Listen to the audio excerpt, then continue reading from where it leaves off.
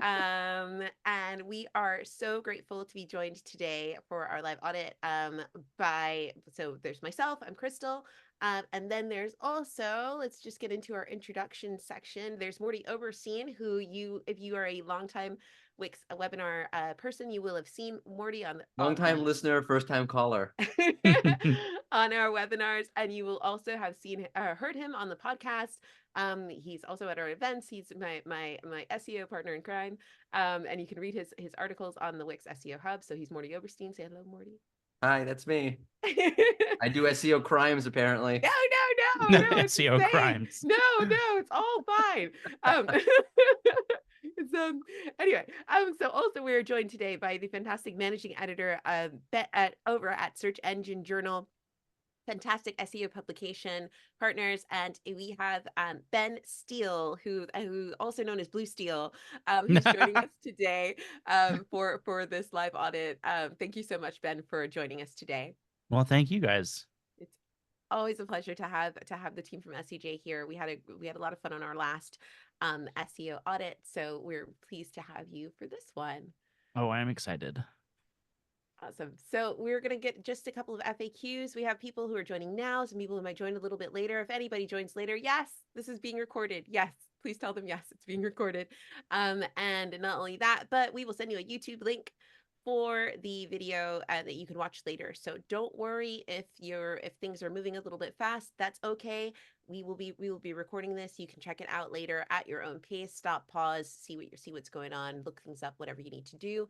And you can ask questions in the Q&A panel. So you've been using the chat, but there's a Q&A panel as well. We have people who are answering the questions as you ask them just there. And also you can follow along with future webinars at wix.com/SEO/learn/webinars. And yes, we will be going through specific websites. And also you can follow along with lots of other things at the Wix SEO Learning Hub at wix.com/SEO/learn. And also, Morty always remembers this, and I sometimes forget, but if you sign up to the SEO newsletter, you will get all of the information delivered to you. Our next newsletter is coming out this week, so make sure that you check that out, and you will be able to get lots of information about our upcoming webinars. And so we've got our introductions, we've done that, and we're going to go over some overall trends. We're going to talk about using AI for blog posts, and we're going to talk about using AI for other content. We're going to talk about some resources, and then we're going to get to the Q&A. So trends in AI use. So we had lots and lots of folks respond to the content, or to the thing as we signed up for the webinar. You got a couple of questions, and we had over 2,000 folks, 2,300 people respond to those questions, and we got a few interesting insights from those questions. So first of all, we asked how many people are using AI for content generation, and to what degree. So if you're using AI for content, how much are you using it? So, there was a certain amount of people who said that they were using it for about less than 10%, and that was 88% of folks said that they were using AI for less than 10% of their website, which I think is really interesting. We also found that about just over 3% were using AI to create over half their content. And then we also found that there was about 10-ish% people who were using AI to create about 20 to 50% of their content. And this is something I find really interesting, because all of the information that we're seeing is that everybody's using AI all the time. Morty, Ben, were you surprised to see these figures coming through? I was surprised for sure. Pleasantly so, to be honest. I agreed. I concur. And I think that it's interesting. So that's something to tell you where we are with things like that as well. Also, I would say that it's worth thinking about how are you using AI on your website. So again, we have lots of folks who are answering questions here, and we had over 200 people who were saying they were using AI to create content generation, general content. And we also saw people using AI for blogs. For SEO, we saw a good number of folks who were saying that they weren't using AI for content yet. but they were also using it for text generation. Some people for learning, that were learning about AI, still in the process of learning, and also some people using it for product descriptions. And I found this interesting as well. Morty and Ben, are you finding that this is reflective of the way that you're seeing, AI advertised as a way of incorporating into your website and things like that? Yeah, for sure. Most of what I see when it comes to the marketing language around AI and in the SEO space, the content space specifically, is folks are generally interested in its potential for content generation. Yeah, and I think the content generation, in terms of general pages, is slightly different from things like your AI meta descriptions and your title tags and things like that. So I think Hmm. that's interesting to see. And I think certainly with our Wix SEO tools, we've seen a lot of uptake on people using those sorts of text generation. So I think it's really interesting.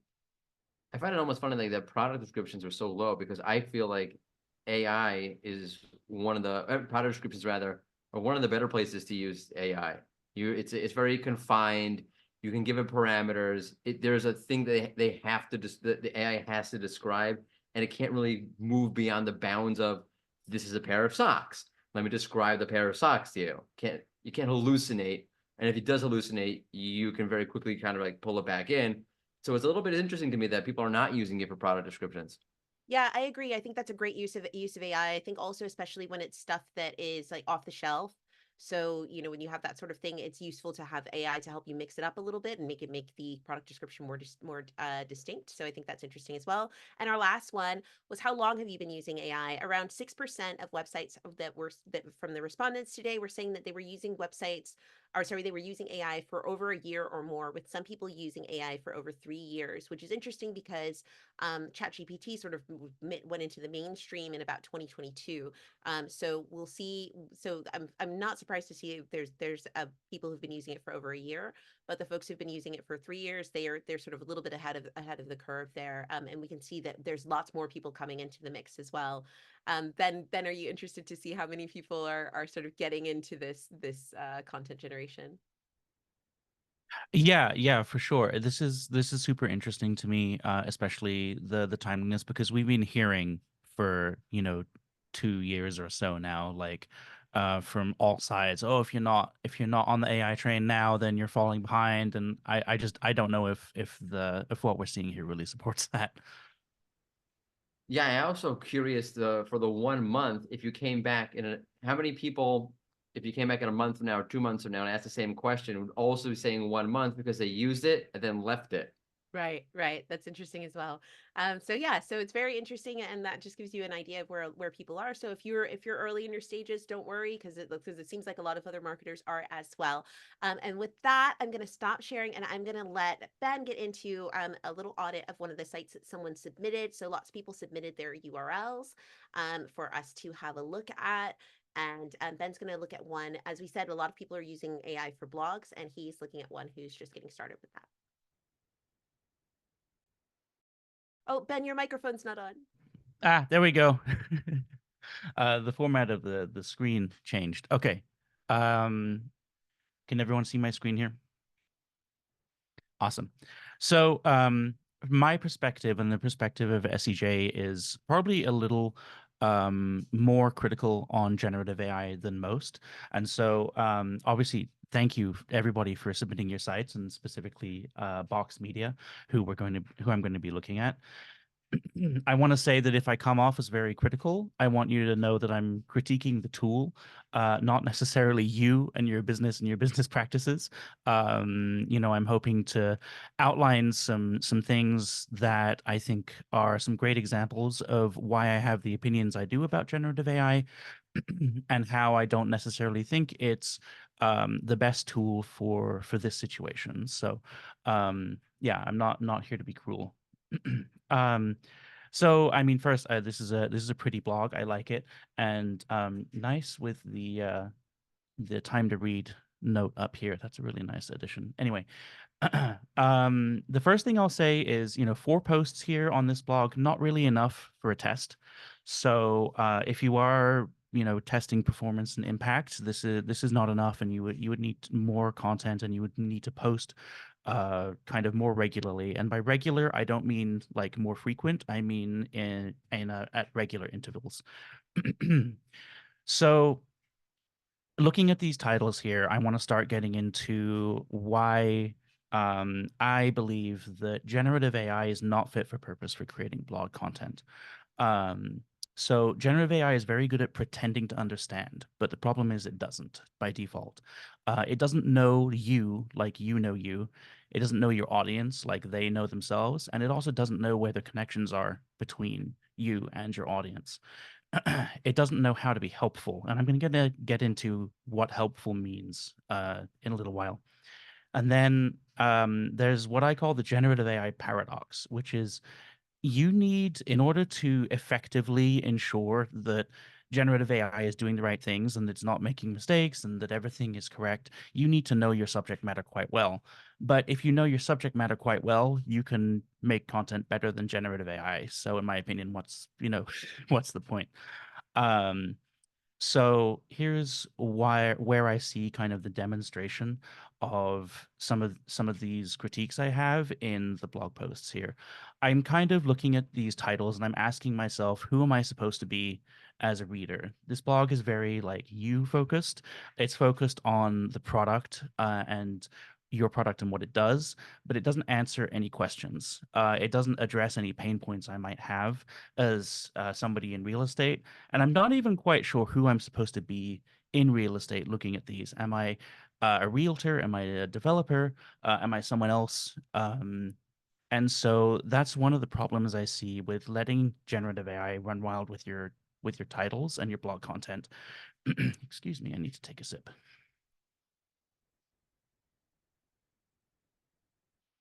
Um, and so what this seems to me is to lack a little bit of content strategy. And this is why it's important when you're thinking about putting generative AI into your process, is that you're using it as a tool to make very specific improvements in your efficiency and not letting it take over things like your strategy and your own insights. It's best used to support all the stuff that you already know, not to create things. So okay, let's talk about what I said earlier, where AI struggles with being helpful. Being helpful requires knowledge, empathy, and experience. And a lot of people in SEO will say, "Oh, you have to make helpful content. You have to make, high quality, authoritative content." And a lot of the response is, "What the heck does that mean?" So I'm going to try and get into that a little bit, and we're going to start with this post right here, which is the true cost of 3D visualization. How is the price determined? Now, I want to use this as an indicator of how to think about helpful content, because there's a very important word in this title. It's the word how. That is a word you have to be very, very careful with, because how comes with a set of very specific expectations. I'm looking at this post and I'm expecting to learn exactly how we determine a price for the cost of this, right? And unfortunately, the AI has not written a post that does that. It goes into all of the elements that go into this decision, but there's no actual rundown of the process of determining the price. It's basically a long way of saying it depends, and these are the things it depends on. And it's because you've used this word how that I'm expecting maybe examples, maybe for you to walk me through a process. And this is specific. This is a very specific thing that an AI is not really capable of doing for you, because excuse me, because it depends on your unique knowledge of the business to write this content. So an AI can't write this post for you. You have to write this post. And then an AI can be useful once you've done that in all sorts of different ways, but it shouldn't be the one writing this post, because this is unsatisfactory content to me. It's not helpful. It doesn't answer this how. So we're going to move on to this real estate sales tips post. I wouldn't use these in post titles. These are code brackets. I'm not a technical SEO. I don't know if they would cause technical problems, but I would take these out. They're a little confusing. Anyway, so down here we have this how problem again, right? How to determine the right price. Now, when you're doing an H2 like this, my first question is what? It's a good idea to be very specific, even though what you're talking about may be specified elsewhere. But what this section is about is it's about how you shouldn't inflate your price at first when you release your listing, because you rob yourself of the opportunity to acquire buyers when the most eyes are on your listing. That's what this is about. It's not actually about how to determine the right price. It's about don't do this very specific thing when pricing your listing. And so again, you have a title that asks this question how, and then you don't answer how to do it. And that it goes into what I think you need to know about helpful content. What is helpful in terms of SEO, in terms of content strategy? It's setting an expectation and then delivering on that expectation. And the thing about generative AI is it's really, really good at setting expectations. It's good at hyping you up and being like, this is awesome. This content's going to be great, but then it can't deliver. And that is a huge problem when it comes to content marketing, when it comes to organic SEO and satisfying user intent. Oops, excuse me. Okay, so we're gonna move on to the next tab here. Here's another reason why a generative AI can be very helpful for brainstorming your titles, but you shouldn't let it control your titles.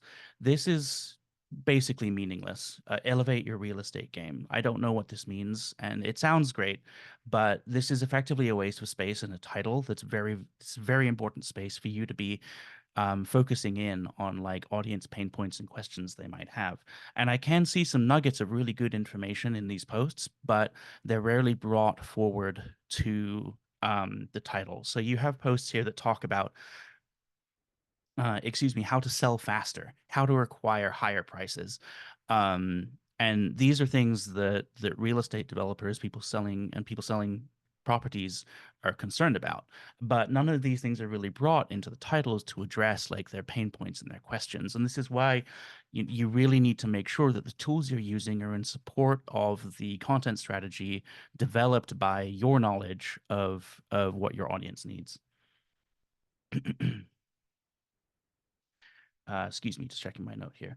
Oh, one thing to mention is knowing that this is generated by AI. I'm not sure. Maybe these stats came from the AI, or maybe you added them in later, or maybe you gave the AI stats to work with and then it did it for you. But if you're going to cite things, this is an issue with this post. If we go back to, according to the data from Redfin, nothing is linked to here. And I know that a lot of people are highly resistant to linking out of your own website, but if you're going to cite statistics, if you're going to cite a study, I'm sorry, you got to link to it. Just from even from a user friendliness perspective, right? And also to check that the stats make sense. So this is effectively uncited. If you go to the bottom, you have some sources here, but I don't know which source this number is from. And I have no way of checking for myself whether it's correct. So when you talk about things like trust and authority, it's very important to ensure that you're properly citing your sources, especially if you're using statistics and referencing studies. So yeah, that's most of the feedback I have. I think that you display a lot of knowledge of your industry on your website, but what's really missing is that connection between you and what you do and what your service does, and what questions and pain points and issues your audience has. And I would honestly take some of the better points from some of these articles that answer very specific questions about how to do things like sell a property faster or go to market earlier is an interesting point that I saw. How you can get to market earlier and how the 3D technology helps with that. That's a really good pain point, right? So I want to see a post about getting your property to market earlier. So I would take some of those insights that you have and write some posts yourself and then use the AI as a support when it comes to organizing your ideas, organizing your information, even if you're just writing a bunch of bullet points and being like, hey AI, make this pretty for me, right? But you need to be the one coming up with the ideas and creating the actual content. Yeah, Yeah, I think you shared some great insights there. Thank you so much, Ben. I think no that problem. and I've got lots of kudos in the comments as well. And I think also it's worth explaining. There were a couple of things that stood out for me. And Morty, I'm sure you heard these as well, but helpfulness was in there a lot. And Morty gave a really good rundown of the helpful content update and how that's been impacting AI websites in our last webinar. You can check that out as well. And I think that, Google said AI content is fine if it's helpful. And I think, that was something that you pulled up as well, that it should be helpful to your users. The other thing that stood out for me from what you were discussing was that like AI is not a replacement for your content strategy. You still need a content strategy. And you should still think about your content from a strategic point of view. Hmm. And as you said, potentially using AI to help you clean it up, make it nicer, make it more readable, like maybe that sort of thing. But that you should self confidence in your ability to put together a content strategy. Hmm. And we're gonna move on to Morty. Morty's had a look at unless you want to add some more on that one Oh as no no well. no no no no! I'm sure we're gonna get into it again because I'm doing something very very similar to what Ben just did. I'm just gonna make it slightly worse because I'm gonna show you that your competitors who are ranking well are not doing that. Okay. Yes, I'm just here to add like salt to the wound. Oh no. Okay. All Yeah. right. So Morty's gonna talk to us about some competitor stuff as well. Take it away, Morty. Okay, I'm gonna share my screen.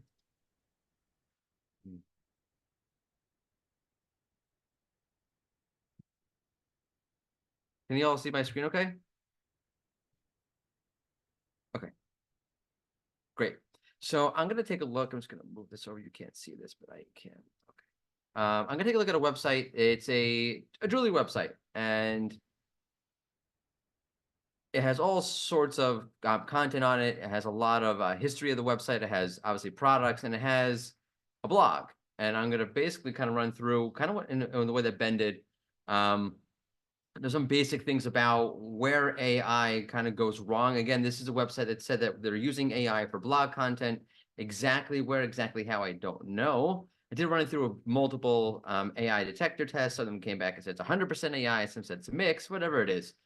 Just really, really quickly before any of that, just if you have the blog here, I would just move it out of contact on the menu because I had a little bit of a hard time just finding it. And I would probably just make blog its own separate menu item. You can have resources and blog could be one of the items in the resources, but that's that sort of thing. Okay. Great. So it's basically a guide on choosing the perfect engagement ring. And there's nothing particularly wrong with it. It just doesn't really satisfy the user intent. And the issue is that when we're looking at rankings, the other websites, for the most part, do. Now, one really, really quick thing before I really dive into all of the nitty-gritty details is this post doesn't really have any H2s. So best practice would be you have your H1, which is your title, and then you have your subheaders, which would be H2s. A subheader would be an H3. But while they might look stylistically different, are not actually in the HTML marked as H2 headers. Leaving that aside, what the content basically does is kind of like goes through your typical steps in choosing the perfect engagement ring. I'm someone who's married for 17 years. I will tell you there is no such thing as the perfect engagement ring. There might be a very, very good engagement ring, but the perfect one does not exist. Now, to kind of give you a little bit of context here, I'm going to go back to the blog for a second. And again, like the previous website that Ben showed you, there's really not a lot or enough content, rather, to say as a corpus that this website should be ranking for things, that this website has enough content that the blog can really be a powerful asset. It's really used sparingly. So when you are writing, I like to say that content is a corpus. It's like Neil Young songs. They all should sound the same. One piece of content should lead to the next piece of content, which should lead to the next piece of content, and that'll give you more of a topical authority, right? If I want to be known for choosing or anything about jewelry or engagement rings, having one guide is not really going to be enough. You should have more pieces to kind of layer that experience. in terms of the keyword here, I'm going to look at the keyword engagement ring guide.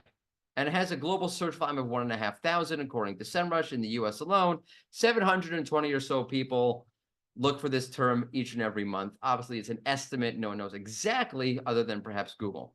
So if we go to the actual result page and we type in engagement ring guide or anything similar to this, you have, what's interesting, by the way, is that you don't have a huge number of super authorities. So you have Vogue, who's a well-known big publisher, but a lot of the other websites are smaller, maybe more niche kind of websites that they talk about how to choose jewelry, or they themselves sell jewelry and so forth, which means that this is really a nice opportunity for the website if it was just British GQ, if it was just Vogue, if it was just Glamour, I don't know. I would say, okay, this is probably a hard keyword to rank for. But if you see, I don't want to say your typical website, but if you see not these huge publishers ranking here, this means there's a huge opportunity for us. And I'm going to kind of run through just a little bit of what some of the other websites are doing off the bat. And this kind of goes into, first off, not everyone who's ranking should be ranking, in my opinion. For example, I don't believe this website should be ranking for this. It's really a very hard UX. It's the content itself is relatively thin. I really don't get so much. Why do people love fancy shaped diamonds? I mean, that's nice, but is that really part of the buying guide? Like, I'm taking it as at face value.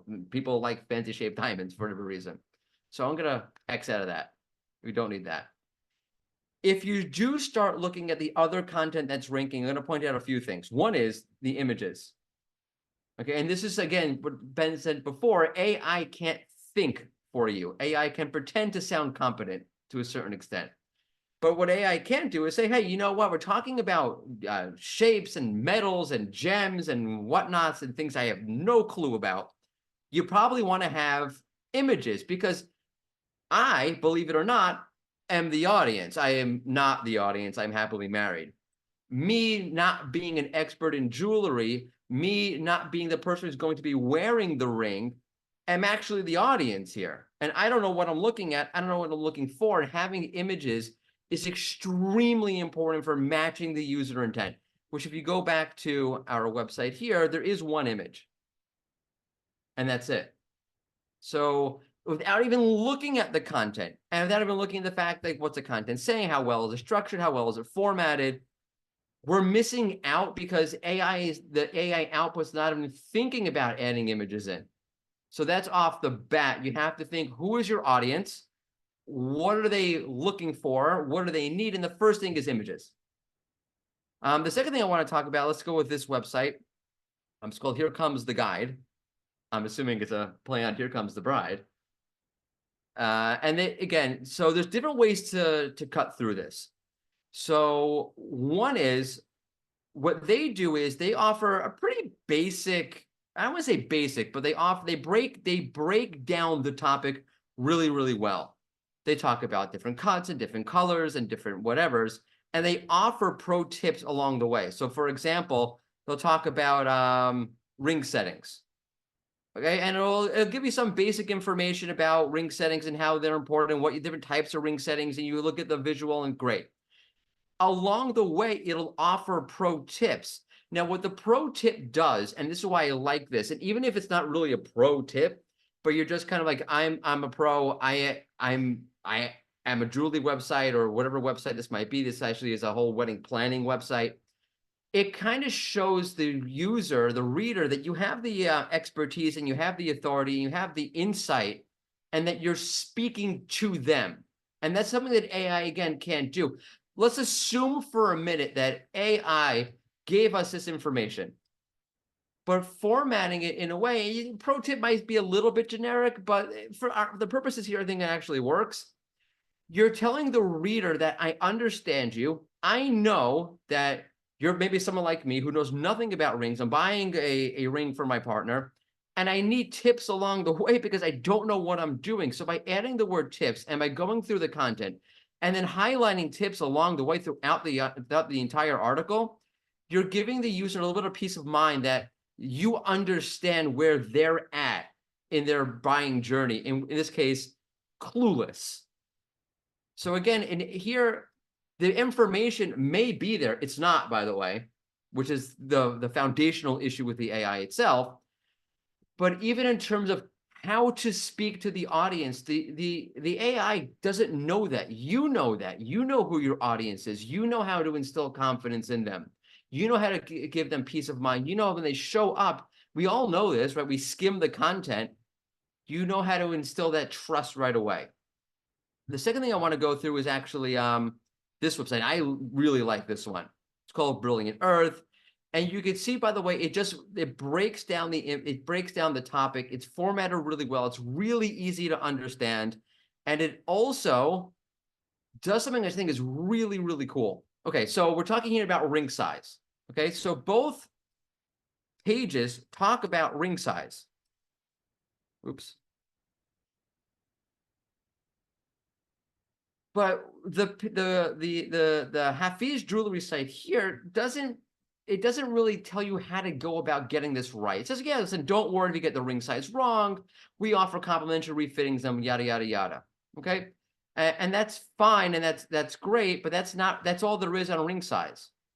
And it's all there is on how do I know the ring size? How do I, again, if the audience is people buying for somebody else, one of the biggest questions they're going to have is, how do you know the size? And that's, again, where AI can't do. AI can't predict what your audience is going to need from you because AI doesn't understand your audience. So in this case, they're talking about ring size, and they actually say, don't worry if you don't know the ring size. Here's a bunch of ideas on how you might go about either knowing the ring size or figuring it out post facto if you need to resize it, whatever it is. Again, it's what I like to call predictive need or situational writing. You're predicting what are the various needs that your audience is going to have along the way. And then you're basically telling them, here's the solution to those problems. And again, that builds a lot of trust. It shows you understand the audience. It shows you understand what their needs are. And it shows you understand the topic. Because unless I actually understand the topic, I can't predict what your various needs are going to be. And I can't give you various solutions to those various needs. So while there's nothing wrong with this content here, if you go through and read it, it's really just it sounds good. It reads well, but it doesn't offer a layer of nuance. It doesn't offer a layer of nuance in terms of predicting with the audience, understanding the audience, and then predicting their needs. And it doesn't offer a layer of nuance in the situations that the users are going to be in, the reader's going to be in, and offering information that kind of fits their various situations or their various, buying journey of where they're coming from. So I'll give you just another really easy example. So everyone seems to have this idea of the 4 C's, which I am, again, clueless about, but there are cut, color, clarity, and carat weight. And this post does talk about it. It says to ensure you're getting the best quality stone with your budget, yada, yada, yada. It tells you need to have the cut, the color, the clarity, and the weight, but it doesn't break that topic down the right way. So what I imagine happened here is the way LLMs work, the way large language models work, is it collects information across the web. It realizes from websites like this that it needs to talk about this 4 C's thing. But it doesn't always understand how to do it or to what extent to do it. So here, for example, it also talks about the 4 C's. But it really dives into cut. It breaks it down. It breaks down color. It breaks down clarity. It breaks down carat. It breaks it down in a way that is actually meaningful to me as someone who doesn't understand any of this.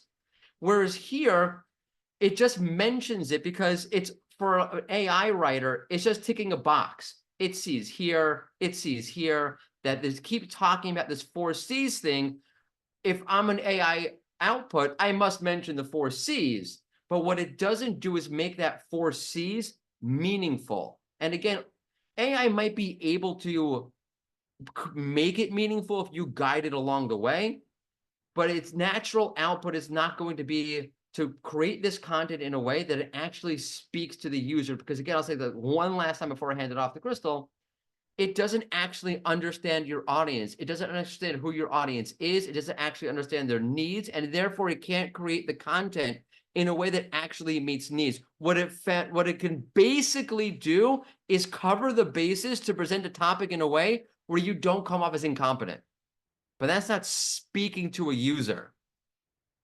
And I'm off, no more salt on the wound. I'm off my high horse, and I'm off the soapbox for now. Thank you, Morty. Dispatches from the soapbox. I think that oh yeah, because someone in the comments says mic dropped. And I think though that and to be fair to the jewelry store who submitted their website, thank you very much for submitting your website. This is tough love if anything. So just to say that. But I think also I think I really think that people should take to heart the idea of looking at your competitors. That's so important, to look at the kind of content that you're up against, whether or not they're using AI, whether they are using AI, how they're using it, that sort of thing. Yeah, because I imagine what happened here is that the AI wrote out an output. It seems I'm coming off like, it's obvious. It's not obvious, because when you read what the AI gives you, it sounds competent. But then when you compare it to what somebody else who actually wrote something is writing, and what Google is ranking because that's the better content that's out there, you can really see the disparity. But unless you actually go out and do that, you're like, this is fine. It's like if you hit, I'm a big baseball nut. So you hit a ball, like you hit it, like, I hit it, 100 feet. It seems really far until Babe Ruth gets up and hits it 400 feet. You're like, oh, that's what hitting a baseball far looks like. I had to throw a baseball reference in because that's what I do. I think it's really like you touched on something really important, which is to know that AI is always lying to you. And I mean always, literally always. It's always lying to you. It's lying that it knows what it's talking about. It's lying that it understands what you're saying to it. It doesn't really. Like it's a little bit like how in the antitrust trial, Google was like, we don't understand documents. And they use AI in their algorithms, right? So that's the thing to remember, and it's really difficult because we are not used as humans to engaging like that. We're not used to engaging with something that is literally always lying, because we want to assume positive intent. But it's important to remember AI has no intent. It's just trying to give you what you want to see. And so if you approach AI from the point of view of it's the biggest yes man in the world that will lie to you if it thinks you'll like it, then you start to understand why just kind of taking what it gives you and publishing it can be a problem, even if that content sounds good. Absolutely. Those are great words to think about. I'm going to move on to my section. We're going to do a little bit of a roundtable here. So we're going to go through a few sites that were submitted as well. So as we said from the beginning, lots of people were saying that they were using AI for blog posts. We've talked a lot about blog posts. I'm just going to pull out a few more points as well. So this is cincodemayo.to, and they are in a business that does digital marketing support, and they said that they were using AI for their images and for their blogs. And I had a look at them, and one of the things you notice is when you go onto the homepage, this is a photo from their homepage. That says to me, like, I see that and I go, oh, that's probably an AI image. I'll just sort of assume that that's an AI image, and that's something to think about as well. They're using them across their blogs as well. And I think that when you're thinking about AI images, it's sometimes really useful to declare that it's an AI image. Google have started adding this into where you can add this into your metadata, which is a little bit more technical than most people need to be. But for instance, just for the sake of transparency, it can be useful. It can be useful to say, image by AI, just to have that in there so that people know. And especially if you're doing something that's like maybe an AI generated product image, then it might be useful to say, this is representatives. Like, so for instance, like when you see game advertisements or game trailers for like Fallout or something, it'll say like not representative of actual gameplay. It's essentially doing the same thing, telling people that, this is an AI image for representation. So that can be useful as well. One of the other things I noticed was this is a Wix website, and I noticed that on the site they had, for this particular one, they had the same title and the same description. Now, this is a great use for AI. We were talking about some of the trickiness of using AI in your blogs, but in Wix we have a tool that helps you to generate a meta description with AI. And this is something that's a great use of AI. So you can give it your keyword and it will generate an AI meta description for you. And I know that Ben is a big fan of spending lots and lots of time on meta descriptions. Ben, feel free to jump in on this. Ben is shaking his head no. No, I'm with there's some folks, and this is something I've actually picked up from following folks like Mark Cook on Yeah, Mark LinkedIn. Williams Cook, yeah. Mark Williams Cook. I was like completely blanked on the middle name. It's like basically every second you spend writing your own meta description is wasted. Right. So like let an AI do it. Like that's fine. Yeah, I will absolutely. not lie. I do not write meta descriptions anymore. I let the AI write the meta description. Right. So this is a great use. So if you want to save a little bit of time and make sure that you're covering your SEO bases, then absolutely make use of the AI meta description tool that's in Wix, or make use of AI meta description tools that in other situations as well. But yeah, make sure that you're using AI meta descriptions if you don't have time for meta descriptions, which Ben's saying you shouldn't even make time for them. So yeah, that's a great tool. But you don't want to have the same meta description in the same title, because it can be a little bit confusing for search engines, and it's just a wasted opportunity. So make sure you're using that. And the other thing is that, and these are just some similar ones. So, and these were things that I saw in the other blogs that we looked at as well. Make sure you're adding internal links for any blog that you are writing. I see it really commonly that people will post a blog on their website and they will not have any internal links on it. You're not just posting the blog just for the sake of it. You're also posting it to sort of link people to other pieces of content across your site. And that's really, really useful from a crawl point of view in terms of Google finding new content around your website. It's also super useful for users, because if you mention a new fantastic product that you have, and you don't put a link to it, then as a user, I'm going, where is this fantastic thing you just told me about? So make sure that you're adding in links there as well. Also, this goes back to some of the things that Ben was saying. Make it make sense. Like, make sure that it makes sense. So make sure that the thing that you're talking about makes sense with the answer that you're giving. So on this one, they're saying things like checking your SEO scores, and an SEO score isn't quite a thing. And then also you have some of the things some of the content here is just sort of a little bit vague, and it doesn't quite make sense with the conclusion exactly. So make sure that the whole thing makes sense when you're making your content.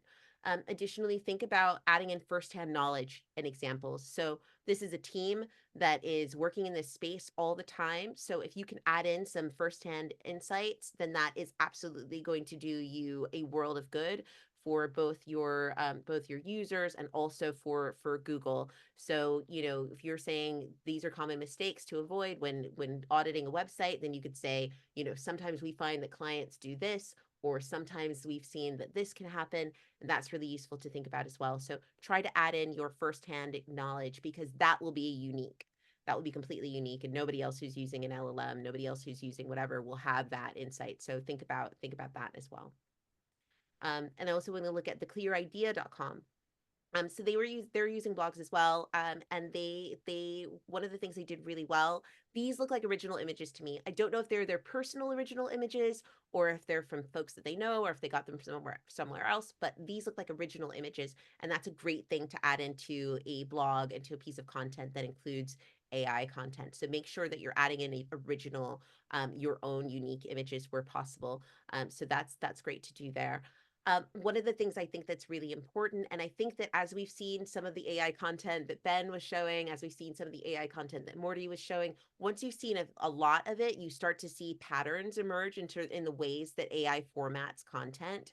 And this means that it can be really easy to sort of spot it. So one of the ways that you can do that is to you want to make sure that you're adding unique value to differentiate your content from other LLM content, so ChatGPT, et cetera. So for instance, this is a piece of a section from their article, and the blog itself as a piece of AI content was pretty good overall. But one of the things I found was that as you're scanning, looking at it, you go, oh, this looks like AI, because there's a sort of particular thing. And so what you see is this is their content, and the one on the left is the output from Gemini, and the one on the right is the output from ChatGPT, and they're really, really similar. So what's really useful is to try to make sure that the content that you're outputting isn't just the same thing that someone could get from an LLM, including ChatGPT, which powers Bing, or Gemini, which is helping with the generative search experience. And both of those are created by search engines. So if they can make it themselves, why would they send folks to your website? I can see Ben nodding along with that. I don't know if you wanted to jump in. You basically said everything. Like, yeah, why would a search engine rank you if you're just producing the same content that they can produce in, SGE when and if it releases, or in Bing. Like, there's no reason for your content to rank if you're just publishing straight from AI. Right. So I think adding in some of those unique elements to make sure that you're differentiating yourself from these outputs is really useful. We had a webinar last week or last month, and Dale Bertrand was talking about when you're making this content to compare the outputs for some of these tools to make sure that you're not making it too exactly the same as these LLMs. And I think that if you take that approach in the similar way to Morty was talking about comparing to your competitors, also compare to some of these other tools so that you can try to make your content more unique. And that is good from both a content quality point of view, but also from a search point of view, because it makes it more likely that Google's going to rank you individually. And then I want to talk about using AI for other content, because we saw that lots of people were using AI for blogs, and then we're also using AI for other things as well. And then we'll get to some of your questions. So queerify.co.uk was a website that was submitted, and they are a team that supports speakers and events and certifications for supporting the LGBTQ plus community. And they said in their notes that they were using AI for most of the content. They said that they were using AI to create most of the content across the webpage, and I actually thought that they were doing a really good job. So for a brochure sort of site where they're explaining, these are the things that we do. They said that they were using AI, but they had gone over everything, and reviewed everything as they were creating it.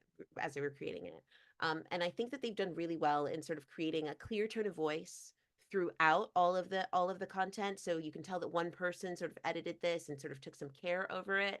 And I think that it comes off as professional. I don't think it comes off as too cookie cutter. I know we've got the sort of AI bullet points there, but I think that it makes sense within the parameters of the website. And I think that, I think they've taken some care with this. So we're not saying not to use AI, but I think one of the things that, again, this is a Wix website as well. And what Wix does sometimes is they'll say, what are you using this for? Oh, you're using this for an about page. Which keywords would you like to have in it? Oh, they'll have these keywords in it. And then it gives you 3 options, and then it gives you the option to edit that text as well. So when you're thinking about that, that's a process to go through with any AI content, to think about what are the terms that you want to cover, like what are the need to haves for this piece of content, what is the tone of voice that you want to use, where is it going to go. And that goes back to Ben's content strategy point as well. Like, think about the point of the content and why you want that content to be there. So I think that they're doing a great job in terms of highlighting content and using content well. I'd love to know more about what their process looks like end to end, because like whatever it is, it's good. Yeah, I think it's good. I think it comes off as like somebody has a sort of feel of somebody who's using a copywriter. And I think that if you're using AI as your assistant for creating your content, I think that that's a really good approach. Oh, Someone wrote in the article in the comments, you could tell a human touched this. That's huge. yeah, And that's, I think, something to think about, leaving aside the SEO and the rankings, is that as AI continues to evolve and as people start to adopt it, you're going to have people saying, you know what, like consumers, readers, users, however you want to define them, saying, I don't, is what I'm reading AI? How do I know that it's human?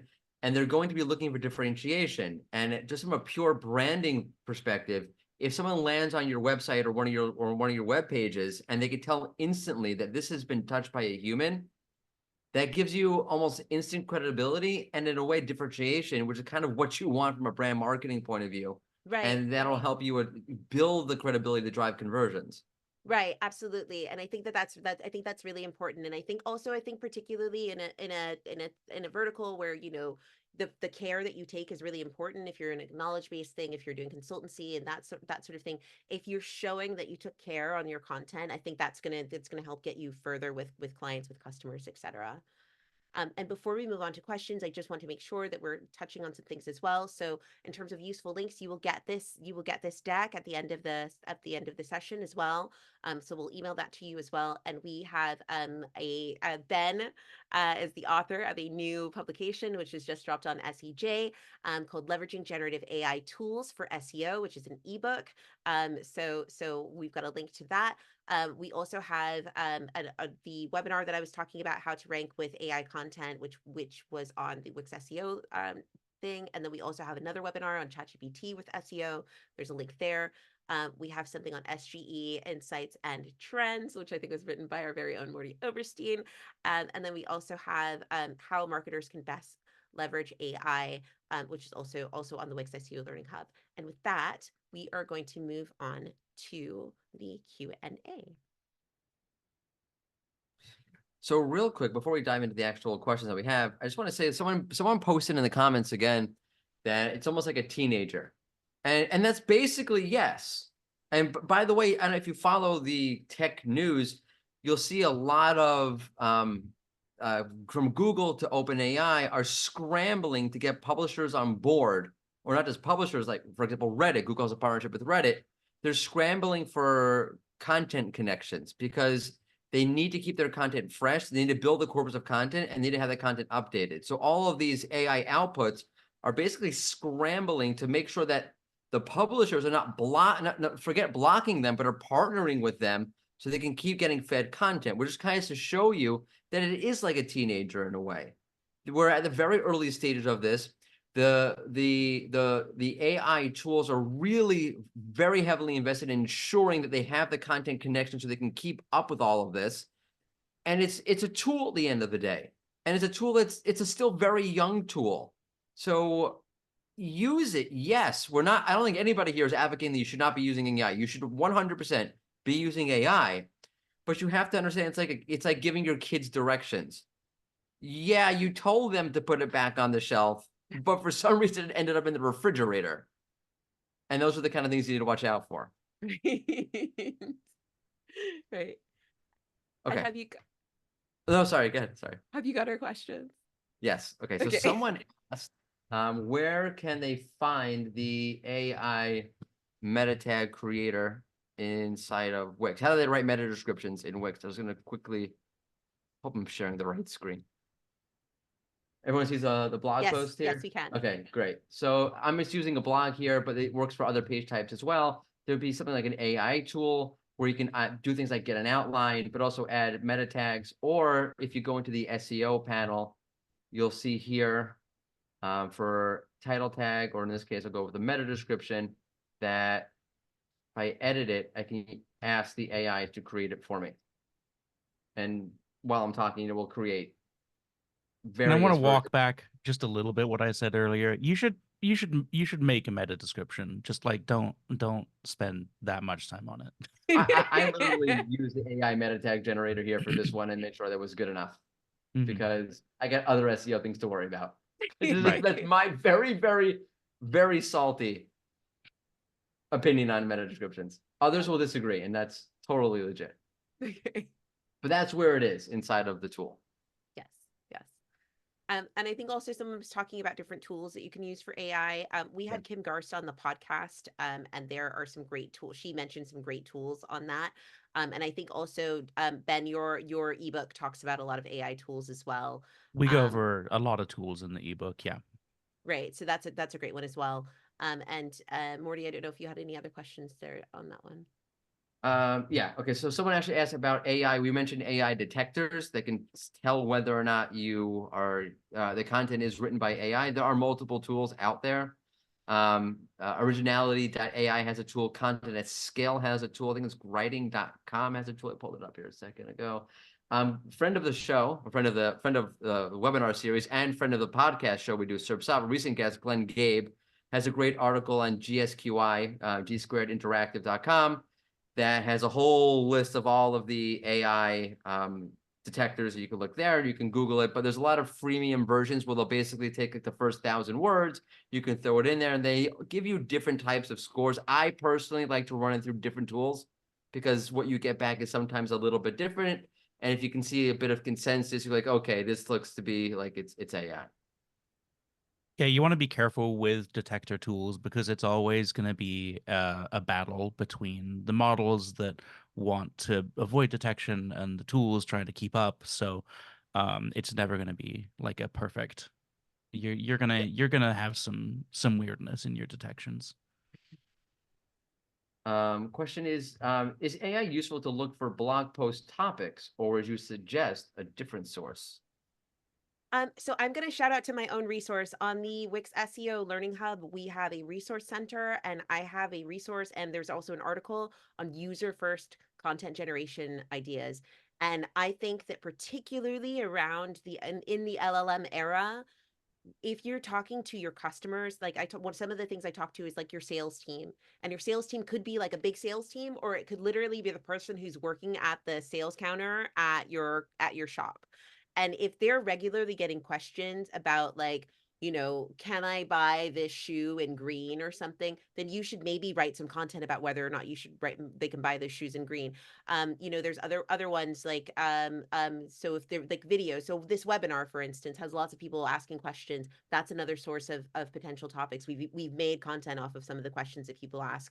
The also going onto other people's videos, looking at reviews, looking at your Google business profile feedback, that sort of thing. Those are great sources of questions and of topics that you can use an LLM to help you shape. You can even use them to help you sort of fill out what the common themes are. That's a really good use. So let's say you take a list of like lots of questions that you've had, and you say, what are the common themes from this list? That's a great use of AI, and that will help you to give the value to those users really quickly, and in a way that's unique to you, and it's based on content that only you have, which is really useful. One thing that AI is very, very good at is connections between things, right? Based on the way those algorithms work with the entity mapping and the creation of like ontologies of things.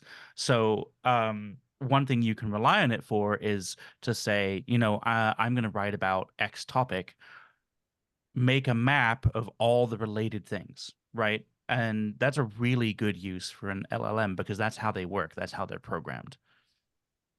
It's like meatloaf. You took the words right out of my mouth.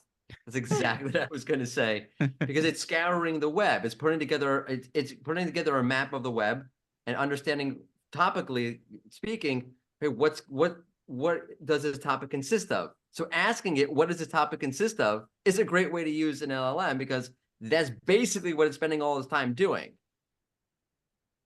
And I Which think, is, sorry. no, sorry, go ahead if you've got another question. I was going to squeeze one more question in, if you could. How should you be using AI for blog creation? So I use, there's lots of different AI tools. I very often use voice recognition, and I will speak into my computer. If you're on a Windows thing, I think you press like Windows H, and it pulls up a microphone, and then you can just talk straight into your computer, and it will dictate what you say. That's an AI tool. And then you can use other tools to help you with your grammar. Grammarly will help you. That's AI powered. And then you can use Chat-GPT to help you add headings into your content as well. So I think that there's lots of ways that you can use it as a sort of as an accelerator, not necessarily as an author, if that makes sense. Yeah, and I mean, if you get the ebook, then I go into all the different ways that all the reasoning why I think and why SEJ's official stance is don't when it comes to using AI to create content. Just don't. That doesn't mean you can't use it in your process for very specific things, but the scope of where you use AI and the particular efficiencies you're using it to improve should be limited and should be sandwiched between humans. So, AI shouldn't be doing your thinking or your creating, your writing, or building, or even building images, in my opinion. And there's way that we don't have enough time for me to get into all the reasons why I say that. So you can download the ebook if you're interested in why I would say that. But yeah, the example you used, Crystal, of like using it to organize your thoughts, perfect. If you just info dump either with your voice or typing, and you need an AI to make this pretty, or just like, oh, add a bunch of filler words between all my ideas so they make sense or they flow nicely, organize this.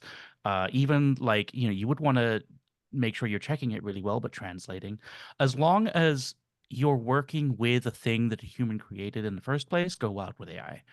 It's that creation part that, in my opinion, you should steer well away from and just don't do it. it's like we spoke about in the webinar we did a while back with Mike King and Russ Hudgens. If you give AI boundaries and confines to work with, you're generally get something better, is better off. For example, what did I see? The Summer has an SEO writing assistant. And one of the things that it'll do is if you feed it a paragraph, it'll use an LLM to rewrite the paragraph for you. In other words, let's say I'm stuck. I don't like the way this sounds. Something's just not right about it. So an AI, yeah, rewrite it for me. Give me 5 different options and help me get past that writer's block. Because that's a very boxed in way of using it. You're giving it confines and boundaries and telling it work within this scope. You'll generally do better when you tell it to work within a scope.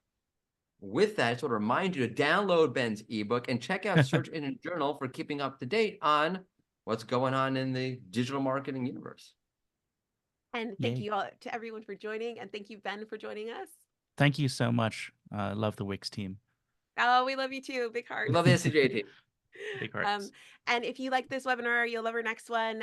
We will be back in about a month. We'll be talking about SGE, the Search Generative Experience. And yeah, thank you, everyone. Have a great day. Bye, everybody.